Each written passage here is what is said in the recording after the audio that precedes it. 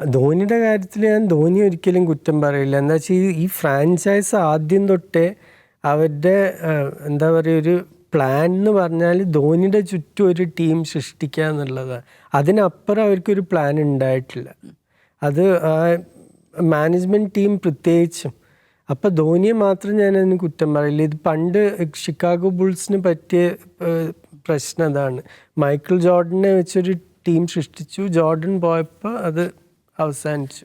പക്ഷേ ഈ നമ്മൾ ധോണിയുടെ പ്രായത്തെക്കുറിച്ച് ഇങ്ങനെ പറയുമ്പോൾ 2023 വരെ അവരത് ഈ മാനേജ്മെൻറ്റ് തന്ത്രം വിജയിച്ചിട്ടുണ്ട്. 10 തവണ മഹേന്ദ്ര സിംഗ് ധോണിയുടെ ഇതിൽ അവർ ഫൈനൽ കളിക്കുന്നു, പിന്നെ 5 തവണ ചാമ്പ്യൻ, 5 തവണ ചാമ്പ്യൻ. പക്ഷേ ഇതിലൊരു പ്രശ്നം എന്താണെന്ന് പറഞ്ഞാൽ, ഇതിപ്പോൾ മൈക്കിൾ ക്ലാർക്ക് ഈ ഇടയ്ക്ക് പറഞ്ഞ കമൻട്രിയിലോട്ട്, ധോനി ഒരു ടീമിലുണ്ടെങ്കിൽ ആ ടീമിൻ്റെ ക്യാപ്റ്റനായിരിക്കണം, അതിലൊരു സംശയമില്ല. ഒന്നുമില്ലെങ്കിൽ കളിപ്പിക്കാതിരിക്കുക.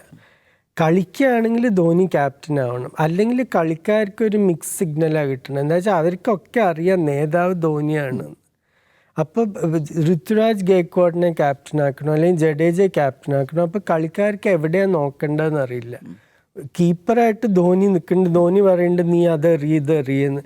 ക്യാപ്റ്റൻ ചിലപ്പോൾ വേറെ വല്ലതുമായിരിക്കും പറയേണ്ടത്. അപ്പോൾ ഇത് ഏതാ കേൾക്കേണ്ടതെന്നൊരു കൺഫ്യൂഷൻ വരും.